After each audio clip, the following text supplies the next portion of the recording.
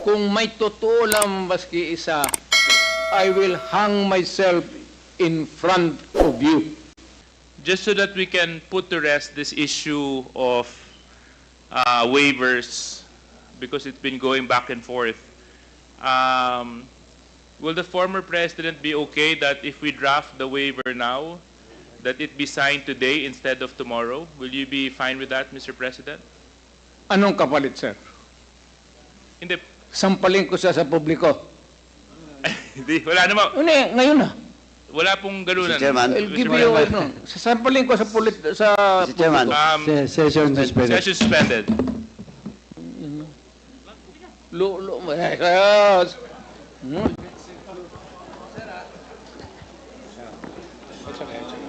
Sabi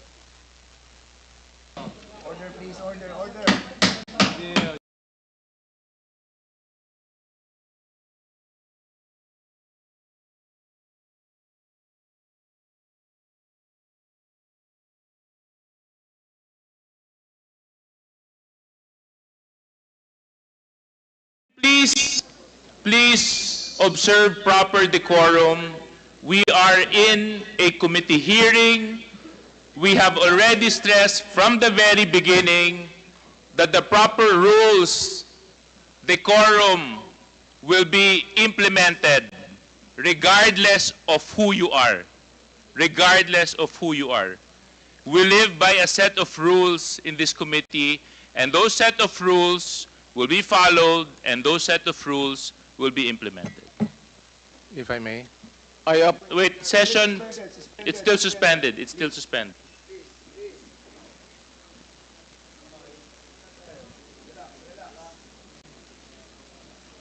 sorry ho. Congressman Bong Teves.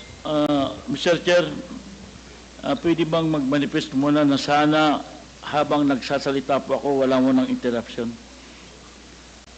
Okay, please, to all the members and our resource persons, please take note of the request of Congressman Bong Teves. So earlier you have 7 minutes, now you have 6.5 minutes. Please proceed. Nababawasan yung oras ko eh. Colonel Asierto, nandiyan pa ba siya? Nasa SOM pa rin siya? If wala, may I ask Mr. Chair to former President, kilala niyo po ba si Colonel Asierto?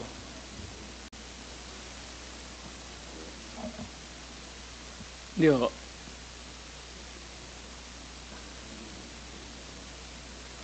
Ano po ang sagot? I don't know him. Hindi ho. Okay, thank you, Mr. Chair. Kasi kanina, habang nasa SOM at biglang naputol, tinanong po natin si Colonel Asierto kung bakit siya wala sa Pilipinas. Ang sagot niya, dahil siya ay ipapapatay. Saan po siya? Wala sa Pilipinas. Kaya nga, where is he? Hindi po natin. Baka alam mo. Okay, anyway, tutuloy ko na lang po. According to Mr. President, hindi niya kilala si Jimmy Cuban at hindi niya kilala si Mark Taguba. Pero si Jimmy Cuban po ay former Custom Intelligence Officer at si Mark Taguba ay custom broker na siya po ang nagsabi na may nahuling 11 billion worth of shabu through magnetic lifters sa Port of Manila. At ang kasama doon po ay si Congressman Pulong Duterte, Attorney Manscarpio at Michael Yang. Okay. Ngayon, according po sa ating former President, Mr. Chair, kailangan daw nating ma-invite o ma-physical na tanungin yung mga involved na persons. Kaya may I manifest that we invite next hearing Mr. Jimmy Cuban and Mark Taguba and also Congressman Pulong Duterte and Attorney Manscarpio para personal niyang matanong kung ano ang sinasabi ni Mr. Jimmy Cuban at ni Mr. Mark Taguba regarding sa sinasabi na nahuli sa Port of Manila na 11 billion worth of shabu at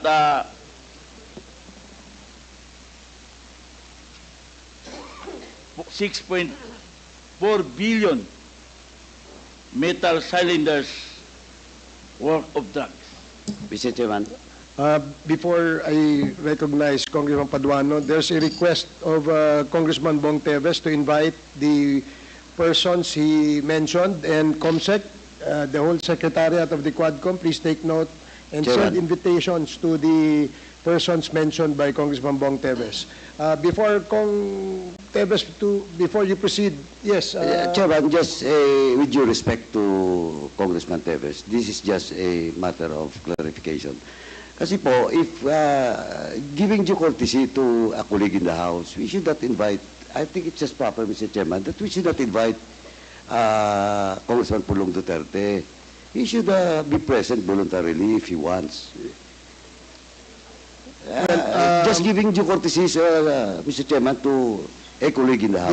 The COMSEC is directed to send notice to our colleague Congressman Pulong Duterte to attend the next committee hearing of the Quadcom.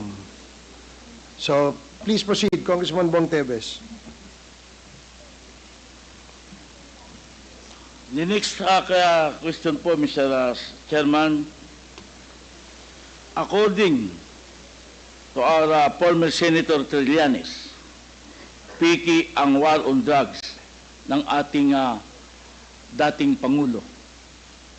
Bakit po kaya sinabi na piki in war on drugs? Siguro pwede nating tanungin si former Senator Trillanes, bakit nasabing piki ang kanyang war on drugs ng mga nakaraang administrasyon? Have you taken your oath, former Senator Trillanes? Please administer the oath first of Senator Trillanes before we ask him questions. Please raise your right hand. Do you swear to tell the truth, the whole truth, and nothing but the truth in this congressional inquiry, so God may help you? The oath has been administered, sir. Okay, thank you, COMSEC. Please proceed, Congressman Bong Teves. According po kay former Senator Trillanes, sinabi po niya na piki ang war on drugs nung panahong administrasyon ni former President Duterte. May I ask to former Senator, bakit po niyo sinabi na piki ang war on drugs? Ang statement po na yon na peke po ang war on drugs ni Duterte noong nakarang administrasyon.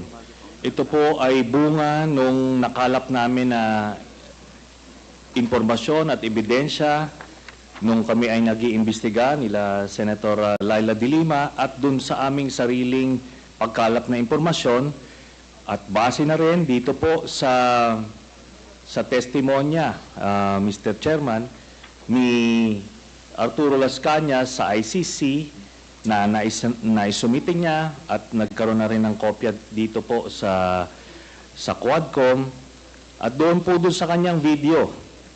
Sinabi niya po na ginagamit lang ang war on drugs ni Duterte para takutin ang sambayan ng Pilipino at takutin ang iba't ibang sektor ng lipunan para hindi siya paghinalaan dun sa kanyang sariling involvement sa illegal drugs. Kaya nga siya na-mention po na siya ang Lord of all drug lords.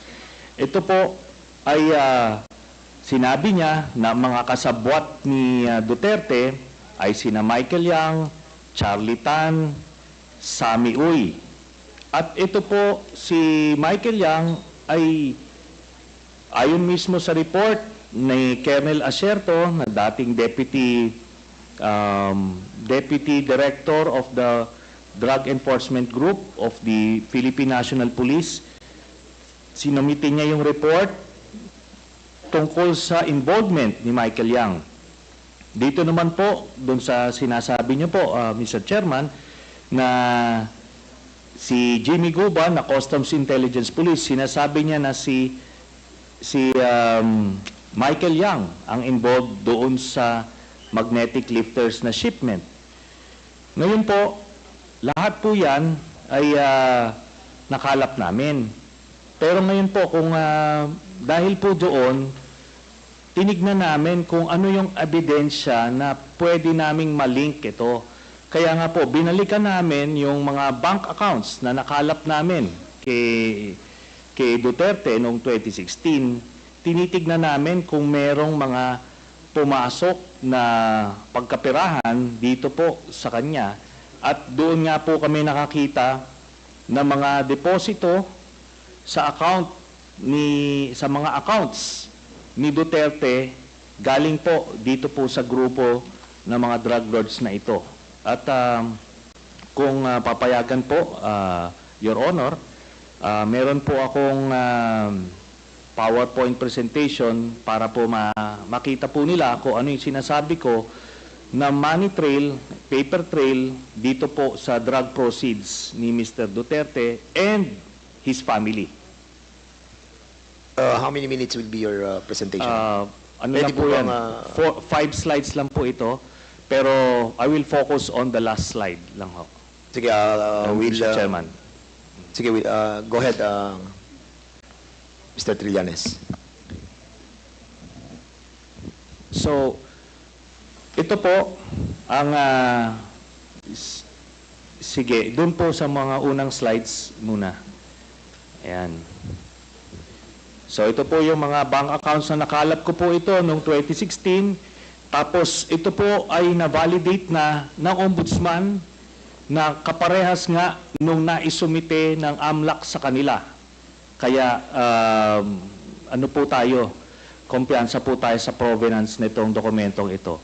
So, sige po, next slide. Ito po yung mga iba't ibang mga pumasok na pagkapirahan kay accounts ni Duterte.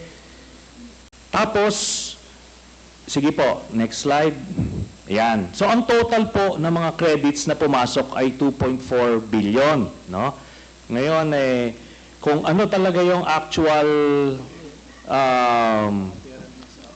total, malalaman po natin yan pagka binuksan po yung accounts. Ngayon po ito, no?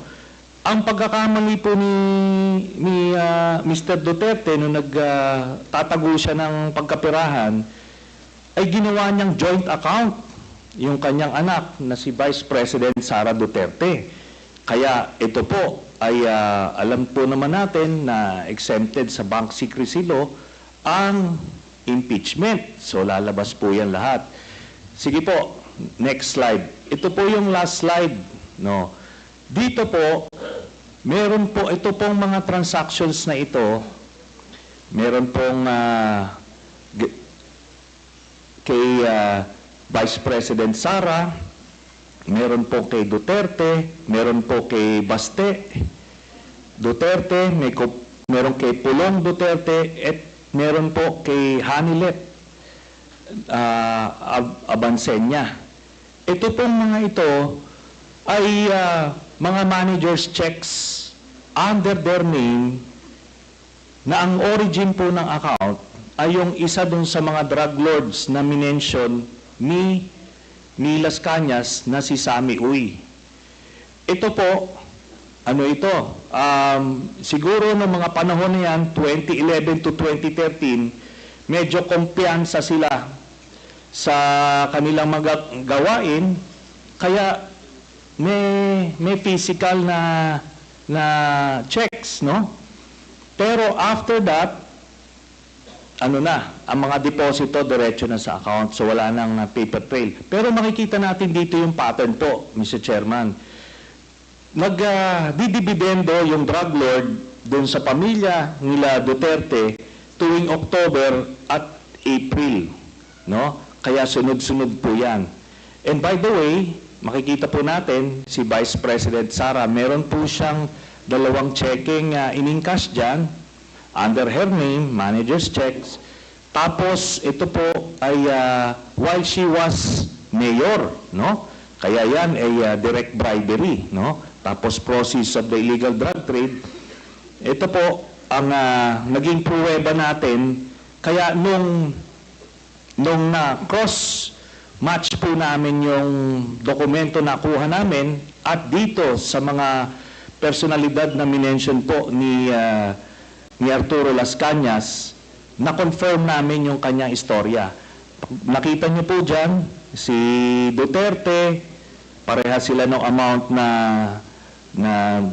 in-cash, no? Tapos itong mga anak, sila Baste Duterte, ayan po, tagte 10 million every 6 months. Kay Pulong Duterte, meron din. Ngayon po, lahat ito ay hawak yan ng mga bangko mismo. Meron silang physical copy, meron silang soft copy netong mga sinasabi na ito. Kaya hindi po yan pwedeng i-deny lang kasi alam naman natin yung mga estilo ni Duterte, mag-a-admit konti pero magde-deny to confuse everyone. Pero ito po yung smoking gun, Mr. Chairman. So, yan po, we concluded na peke talaga ito. Ginagawa niya yung war on drugs para proteksyonan niya yung sindikato niya na sina Michael Yang, Sammy Uy at Charlie Tan. So, kaya po nung sa Davao pa lang pinapatay po nila yung kompetensya, tapos nung sila na ang presidente, ginawa nilang National Death Squad, ano, yung nangyari. Tapos si Leonardo nga po yung ginawa niyang point person. Tapos yung drug list na sinasabi ni Duterte, merong legitimate mga personalities doon, galing doon sa mga iba't ibang ahensya. Pero pag may kailangan silang isingit na mga kalaban nila sa drug business, sinisingit po nila doon. Kaya nga may mga tinutumba na mga involved din sa illegal drugs kasi kompetensya nila yon sa distribution. Kaya yan po lahat na yan ay napagtagpi-tagpi namin. So, kaya that would explain kung bakit protektado si Michael Yang kahit na may report itong si Colonel Asierto. Tapos hindi lang po yan, nung nilabas po yung report na yon, sa sobrang pagproteksyon nila kay Michael Yang, yung mismong gumawa ng investigasyon, yun yung gustong ipapatay at sinampahan ng kaliwat kanang kaso. Kaya makita natin, dun sa mga drug lord na hindi kasabwat sa sindikato ni Duterte, ano siya, porsigido siyang patayin, pero doon sa kanilang grupo, itong mga ito na mention, Michael Yang, Charlie Tan at Sammy Uy, protektado hanggang ngayon. Ni nga yung PDEA director ni Duterte na si Wilkins Villanueva, ni hindi nga masama sa drug list hanggang after 2022 si Michael Yang. Yun po ang dahilan kasi binilin po sa kanya yan ni Duterte. Salamat po. Mr. Chair, Yeah, please proceed, Congressman Teves. may I Mr. ask Chairman. the former President kung alam niyo po ba na kinasuhan po ni former Senator Trillanes sina Congressman Paulo Duterte, Attorney Mans Carpio for drug smuggling? Hindi ho. Pero kung totoong drug smuggling man sila, they should be prosecuted in court. And if convicted, they should serve sentence in jail. Hindi ko pipigilan yan. Kung kung totoo. Ngayon, yung narration dito ni ko kilala itong taong to, forgot his name. Your Honor, if there is an iota of truth, ayuta lang, baski konti lang, you can find out, may nilagay siya ng records. Now, I'm willing to execute an affidavit or kayo na lang to summon the banks pursuant to my waiver, kung may totoo lang maski isa, I will hang myself in front of you. You can summon, I will sign a waiver, all banks, pati yung World Bank ng Amerika. Kung may isang totoo lang nakiting, I will resign and I will ask my daughter to resign and everybody in the family. That is my guarantee. And I will hang myself. Mr. Chairman. May I know... Mr. Chairman. Sir. Dali sige, sorry. Congressman Paduano, sige. You and then Congressman Teves, and then I will allow you, Senator Trillanes, after the two members have spoken. Yes, Congressman Paduano. Thank you, Chairman, with the indulgence of Congressman Teves. Ganito lang po, because Senator Trillanes presented yung mga bank accounts. May I ask this good former senator, how did you acquire these documents, bank documents? Nung campaign po noong 2016, meron pong nag-abot sa aming opisina na ang pangalan po niya ay Joseph De Mesa, in-identify niya. So sinabi niya, meron siyang mga dokumento na pwede namin tignan.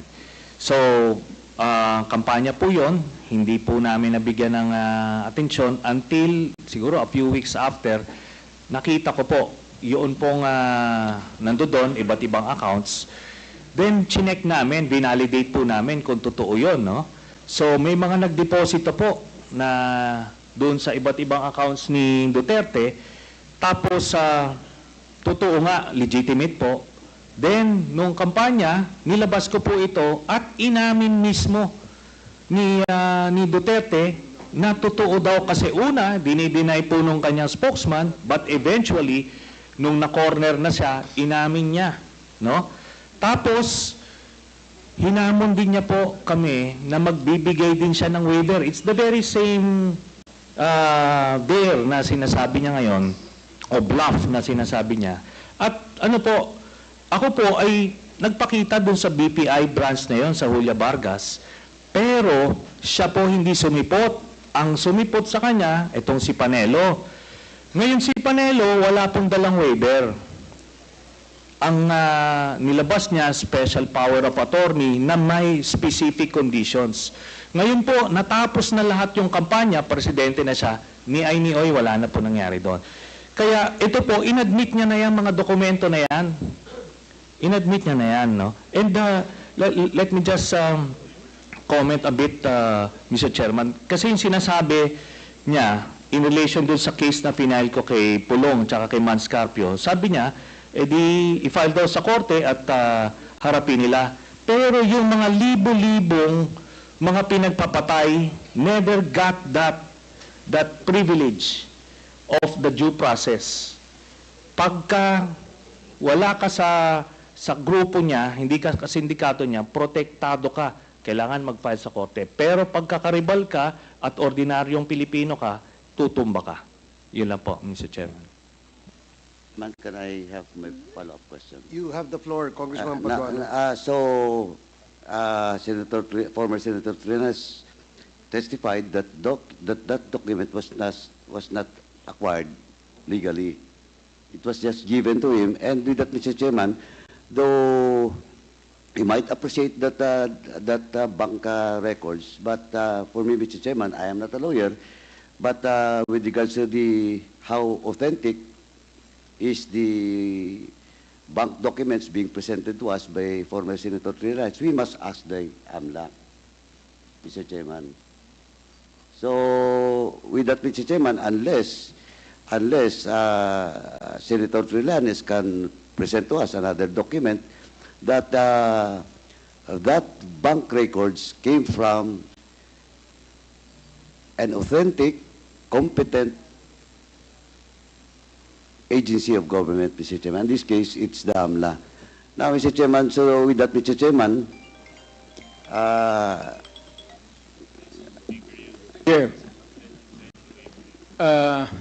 this is a very serious accusation. So, Mr. Chair, am I, Mr. Chair, Congressman point of order. Paduano has the floor, but with the Yes. indulgence of No, I think the chairman has ruled a while ago the sequence of those people present in this hall to answer. okay. I think we must follow that, Mr. Chair. Thank you for reminding the chair, Congressman Acop. Now, Congressman Paduano, please proceed if that is your last. I am sorry, I thought that you were tapos na. Thank you, Mr. Thank President. you, Mr. President. Anyway, Mr. President, now with that, Mr. Chairman, and the former President has, a while ago, has a commitment to waive his right with regards to all the bank accounts that was mentioned by former Senator Trillanes. Now, Mr. Chairman, pwede naman parallel yan, AMLAC, at the same time, yung waiver, if the President, former President, will sign a waiver with regards to all those bank accounts. Thank you, Mr. Chairman. I will sign it, the document, tomorrow. And I will hand it kasi gagawin pa ng abogado. But I said, if there is an iota of totoo yung sinasabi, I will hang myself in your presence. I will invite you all to be a witness. Okay, thank you, Mr. Chairman. Congressman Paduano. Si Congressman Bong Teves, and then I will allow former Senator Trillanes after Congressman Bong Teves. Thank you, Mr. Chair. This is my last question. Siguro naman, first, Mr. President, lahat po na tinanong ko po sa inyo ay galing po yan kay Mr. Jimmy Guban. Not for me. At kasi po ay na-invite na natin siya rito bilang isa sa mga resource person sa mga naunang hearings. And then, may I ask Mr. President, for my last question, given na po na na-acquit si former Senator Laila de Lima sa mga kaso niya tungkol sa drugs, as now, Mr. President, naniniwala pa rin po ba kayo na si former Senator de Lima ay queen of all drugs lords? Sir, I go by what is the reality of the day. Pag sinabi ng korte, inosente si De Lima, inosente si De Lima. Wala tayong magawa dyan. Kung magsabi ang korte, guilty si Duterte, wala rin kayong magawa dyan. That's a democratic process. Ibig sabihin po, nagkamali tayo ng pag-akusa kay former Senator de Lima. Thank you very much, Mr. Chair. Okay, former Senator Trillanes, you are now recognized. Maraming salamat, Mr. Chairman. After, Mr. President, after the former Senator, the Chair will recognize you po. May I be given... Yes. Going to the bathroom? Okay. We'll have a 2-minute suspension.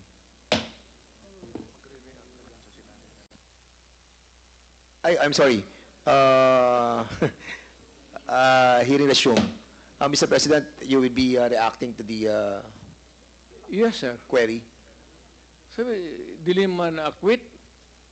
Yes, ang tanong natin kanina is, na-acquit po si si Senator de Lima at sinasabi po ni former President na kung ano ang hatol ng batas ay 10 ang masusunod. Ibig sabihin, nagkamali po ba ang ating dating Pangulo sa pag-akusa kay former Senator de Lima na siya ay isa sa mga queen ng drug lords? Sir, saan mo narinig yan? Bigyan mo ako ng kopya. Saan mo narinig yan? A recording or a newspaper. Pangalawa, sir, nakalimutan ko na tuloy ang sabihin.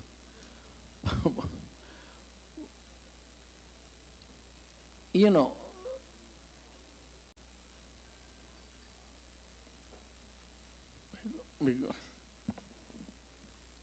Do you need, Mr. President, a moment to... I'm just collecting my mind, sir. Okay, go ahead. Naipon na kasi. We'll give you time, Mr. President. For the meantime, the chair would like to recognize... May I Yes, ask sir. for a recess of just 1 minute? Yes, we'll give you a 2-minute suspension. The hearing is suspended.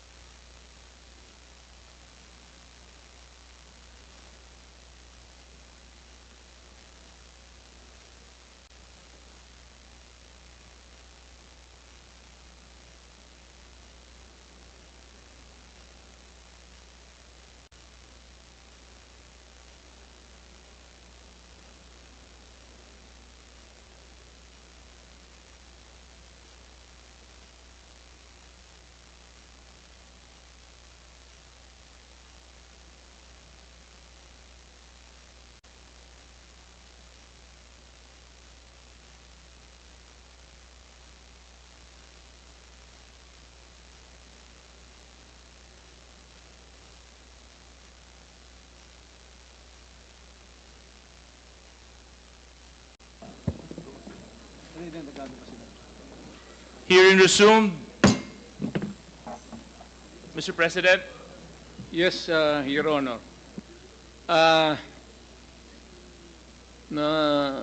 Nalilito na ako kung anong sabihin ko. Pero sabi ko kung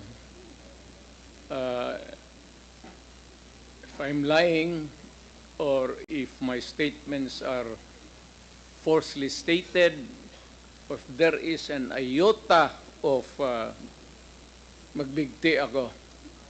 So, in the same manner na kung magbigti ako si Trillanes, dapat magsabay rin sa akin. okay, duly noted of your thoughts, Mr. President. Former Senator Trillanes, you're recognized. Maraming salamat, Mr. Chairman. Ito pong dokumentong ito po yung naging basis ko nung plunder case na final ko kay Duterte noong 2016.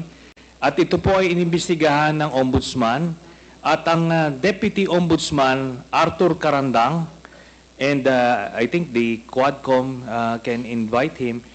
Siya ang nag-conduct ng investigation. Humingi siya ng dokumento sa AMLAC at kinonfirm niya.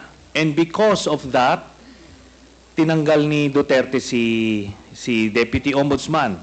Now, aside from that, so pwede natin, suggested by Chairman Paduano, na yung AMLAC mismo, unless,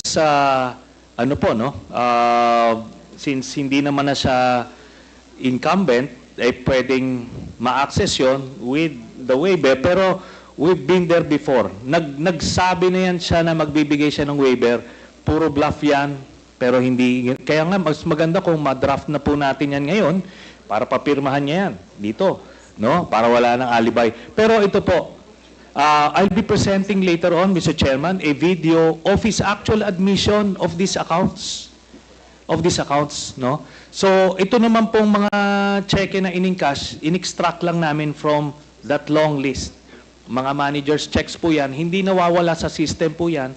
And later on, well, ano rin yan, exempted sa impeachment cases, kaya pwede po lumabas yan, ipepresenta po yan. That's the smoking gun ng proceeds of the illegal drug trade ng Duterte crime family. Salamat po, Chairman. Thank you very much, Sir, former I have to Senator respond Trillanes. to it. This Former guy President, is with all due respect, story. with all due respect, I'll have to follow the rules. Yeah. I will give you time later, Mr. President. I will give you time later. Just so that we can put to rest this issue of waivers, because it's been going back and forth. Will the former president be okay that if we draft the waiver now, that it be signed today instead of tomorrow? Will you be fine with that, Mr. President? Anong kapalit, sir? Hindi. Sampalin ko siya sa publiko. Hindi. Wala naman. Ngayon na. Wala pong ganunan. Mr. Chairman. I'll give you ano. Sasampalin ko sa Mr. Chairman. Session suspended. Yes.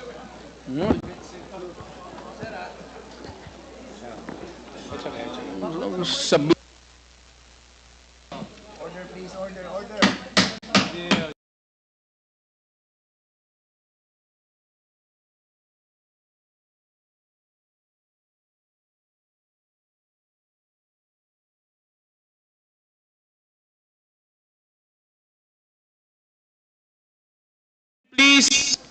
Please observe proper decorum.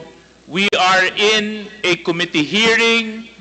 We have already stressed from the very beginning that the proper rules, decorum, will be implemented regardless of who you are. Regardless of who you are. We live by a set of rules in this committee, and those set of rules will be followed, and those set of rules will be implemented. If I may. Wait, session, it's still suspended. It's still suspended.